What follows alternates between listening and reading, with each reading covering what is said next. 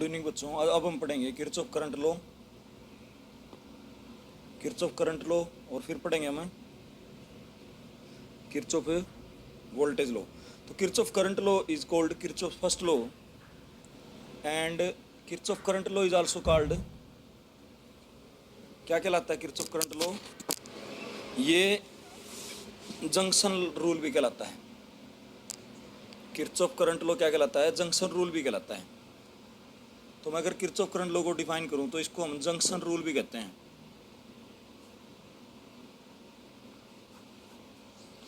Kirchhoff current rule को क्या कहते हैं? हमें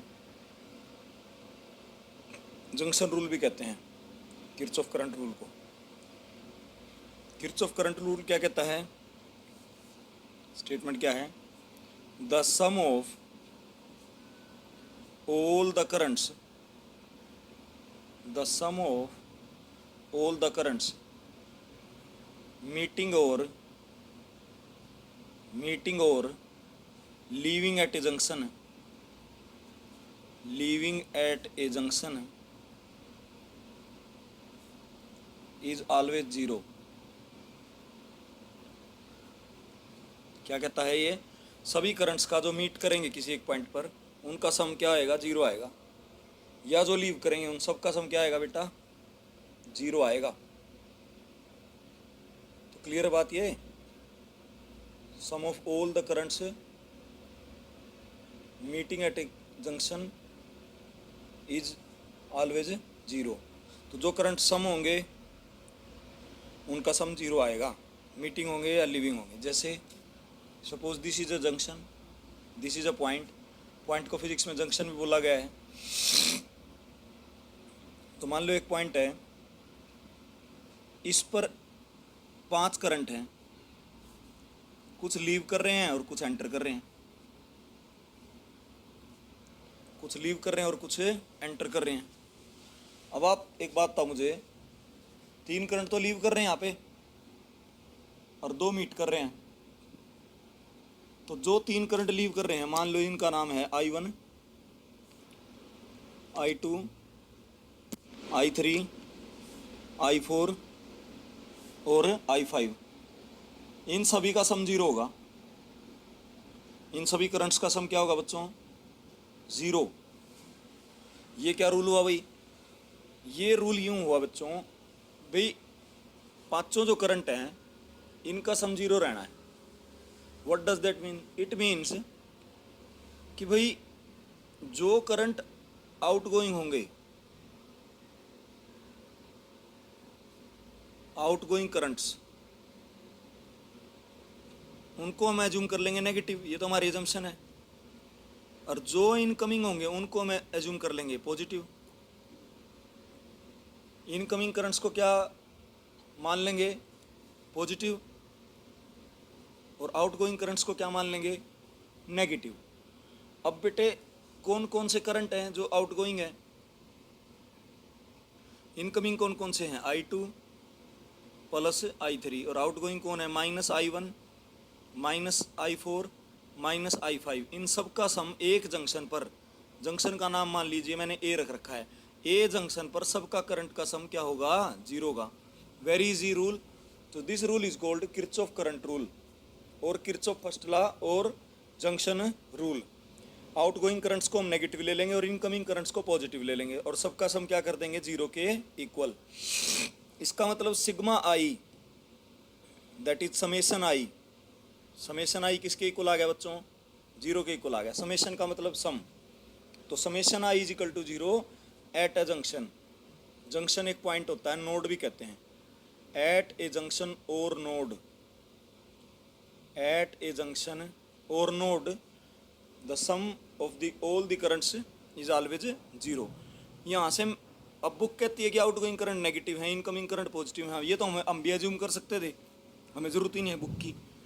अब इसमें अगली जो बात है, जो समझने की बात है, वो ये है प्यारे बच्चों कि भाई ये भी तो लिख सकते हैं हम कि I2 plus I3 is equal to हो जाएगा I1 plus I4 plus I5। मतलब ये दोनों क्या थे? I2 प्लस I3 क्या थे? देखो इनकमिंग करंट्स थे। ये तीनों क्या थे? आउटगोइंग करंट्स थे। तो हम ऐसे भी तो लिख सकते हैं, sum of incoming currents, sum of incoming currents is equal to sum of outgoing currents, yes और no? Sum of incoming currents is equal to sum of outgoing currents, that's it. This is the Kirchhoff current law जो मैंने अभी आपको explain किया। तो इसको हम कहते हैं किरचॉफ करंट लॉ। क्या कहता है किरचॉफ करंट लॉ? कि भाई sum of incoming currents is always equal to sum of outgoing currents, और सभी करंट्स का सम एट अ जंक्शन और नोड इज ऑलवेज जीरो होगा बेटे। जंक्शन किसको बोलते हैं? किसी भी पॉइंट को, वायर 5 वायर अगर एक जगह मिल रही हैं तो उस पॉइंट को बोलेंगे जंक्शन, जैसे ट्रेन का जंक्शन होता है। आई होप आपको ये क्लियर होगा। कैसे अप्लाई करते हैं वो आज के लेक्चर में हम सीखेंगे, ये रूल लगता कैसे है। पर फिलहाल इतना आप ध्यान रखें कि सभी करंट्स का सम एक पॉइंट पर जीरो होगा, या इनकमिंग करंट्स का सम आउटगोइंग करंट्स के इक्वल होगा। क्लियर है? दिस वॉज किरचॉफ से फर्स्ट लॉ। ये था हमारा किरचॉफ का पहला लॉ, फर्स्ट लॉ भी कहते हैं। Sum of all the current meeting और leaving at a junction is always zero. I hope it is clear. अगला लॉ हमारा सेकंड लॉ है फिजिक्स में। सेकंड जो लॉ है दैट इज केवीएल। पिछला केसीएल था, इसको कहते हैं Kirchhoff's voltage law. Kirchhoff's voltage law, it is typical. थोड़ा सा मुश्किल है, थोड़ा ध्यान देना। किरचॉफ वोल्टेज लॉ, और इसको कहते हैं किरचॉफ सेकंड लॉ, और क्या कहते हैं इसको? Kirchhoff's second law. ये क्या कहता है? In an electrical circuit, in an electrical circuit in a closed loop, in a closed loop, in a closed loop, sum of all EMFs, potential differences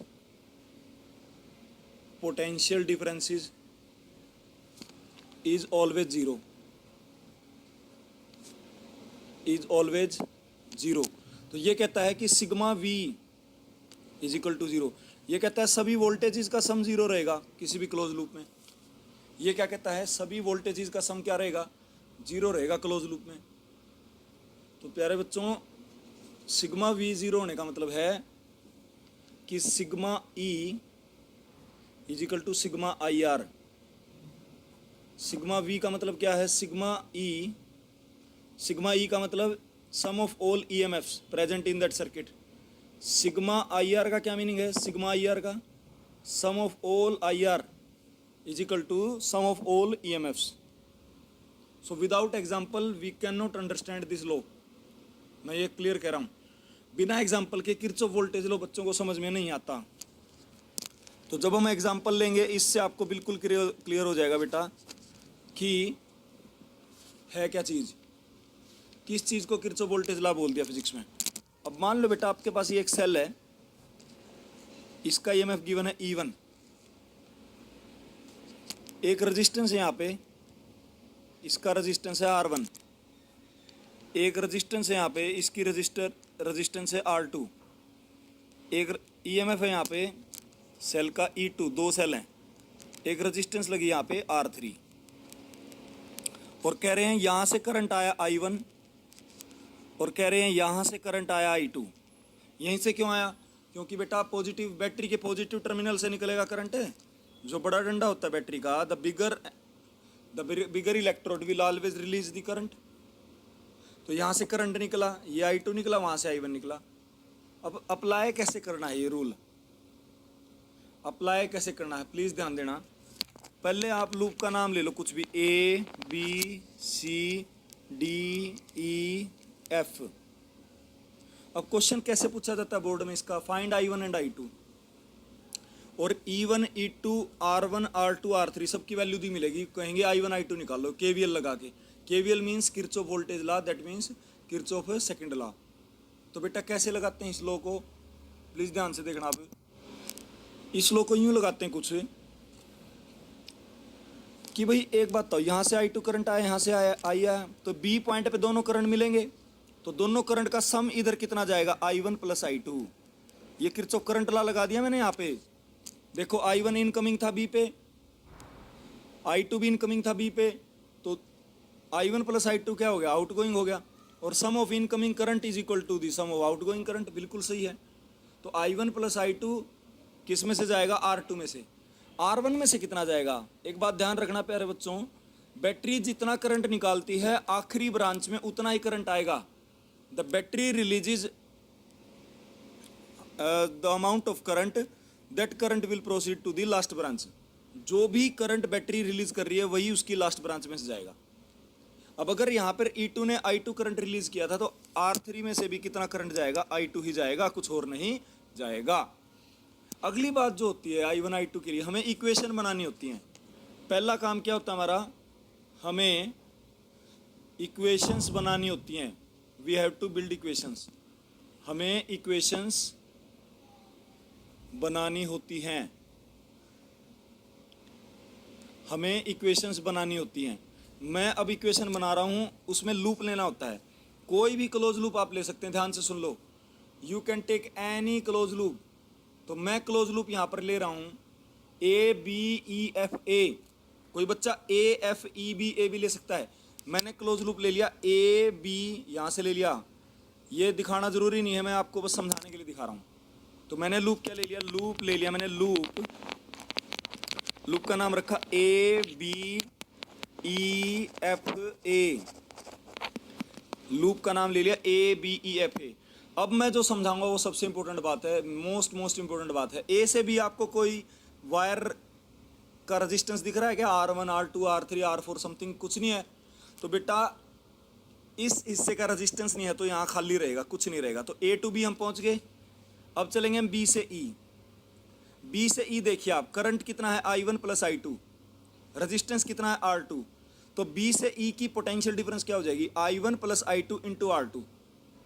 और अगर हम B से E जा रहे हैं और करंट भी साथ जा रहा है तो डायरेक्शन लेनी है पॉजिटिव, और अगर हम साथ जा रहे हैं और वापस आ रहा है तो डायरेक्शन लेनी है नेगेटिव। तो पॉजिटिव लेंगे I1 plus I2 into R2। Clear है, दोबारा देख लो, B से E जा रहे हैं, करंट भी उधर ही जा रहा है, तो डायरेक्शन ले ली, पॉजिटिव लेनी है। अब जा रहे हैं हम E से F, E से F जा रहे हैं लूप के अकॉर्डिंग, ABEF। तो अगला लेटर है E टू F। तो E से F जा रहे हो तो देखो आप I1 इंटू R1, तो बेटे क्या हो जाएगा, प्लस I1 R1। अब आप जा रहे हो F से A, F से A कितना रेजिस्टेंस है, कोई रेजिस्टेंस नहीं है। F से A कितना रेजिस्टेंस है, F से A कोई रेजिस्टेंस नहीं है। तो बच्चों F से A जब कोई रेजिस्टेंस ही नहीं है, F से A कोई रेजिस्टेंस ही नहीं है, तो सिर्फ सेल का EMF लेंगे आप। और F से A जिस बैटरी टर्मिनल से आपकी टक्कर पहले होगी, जिससे आप पहले एनकाउंटर करेंगे, वही साइन देके EMF लिख देंगे इक्वेशन में। जैसे F से A आपको EMF मिल गया बैटरी का E1, F से A आपको बैटरी का EMF मिल गया E1, तो आप इसको यहां लिख लेंगे negative E1 is equal to 0। Clear है, सबका सम किसके इक्वल होगा, 0, क्योंकि वोल्टेज का सम 0 होगा। अब कई बच्चे सोच रहे होंगे E1 के I1 के साथ प्रोडक्ट क्यों नहीं की, बेटा E1 तो EMF है ना, EMF लिखना है अकेला और I और प्रोडक्ट R की प्रोडक्ट लिखनी है साथ साथ। दोबारा बोल रहा हूँ, EMF को लिखेंगे अकेला और IR की प्रोडक्ट लिखनी है साथ साथ। और पॉजिटिव कैसे लेना है, करंट अगर साथ जा रहा है लूप के तो पॉजिटिव लेना है, साथ जाना है तो पॉजिटिव ले रहा है, और नेगेटिव से पहले टक्कर हो रही तो नेगेटिव लेना है। क्लियर। और आप लूप कैसे भी ले सकते हैं, रूल उल्टा नहीं लेना। लूप आप चाहे कोई भी ले लें, रूल जो मैंने बताए वही लगाने हैं आपने।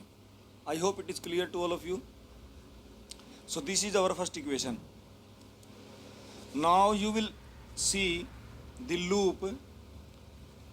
अब आप लूप देखिए कौन सा लें लूप, आप ये भी ले सकते हैं लूप ACDFA, ये भी लूप ले सकते हैं, पर मैं अब लूप ले रहा हूँ BCDEB। Now I am taking the loop BCDEB। अब B से C खाली है, कुछ नहीं है, सी से डी दो चीजें हैं, E2 है और R3 है। E2 का पहले कौन सा टर्मिनल आया सी से डी पॉजिटिव, तो यहां पे आ जाएगा E2 positive E2। I2 current C से डी अपोजिट जा रहा है ना, डी से सी जा रहा है, तो इसको लोगे -I2R3। डी से ई खाली है, कुछ नहीं लोगे। ई से बी आप लोगे माइनस नेगेटिव लोगे क्योंकि अपोजिट है, आप उधर जा रहे हो करंट इधर आ रहा है, आप उधर जा रहे हो करंट इधर आ रहा है, तो -I1 + I2 into R2, loop खत्म हो गया, is equal to 0। This is the second equation. This is how you can make equations using KVL। तो यूजिंग KVL ऐसे आप इक्वेशंस बनाते हैं। अब अगला एग्जांपल मैं लूंगा, वो आप प्लीज ध्यान से देखना। सो this is the method how you apply KVL और यू स्टडी KVL। क्लियर? ठीक है, तो KVL आप इस तरह लगाते हैं। क्लियर है बच्चों? क्लियर होगा?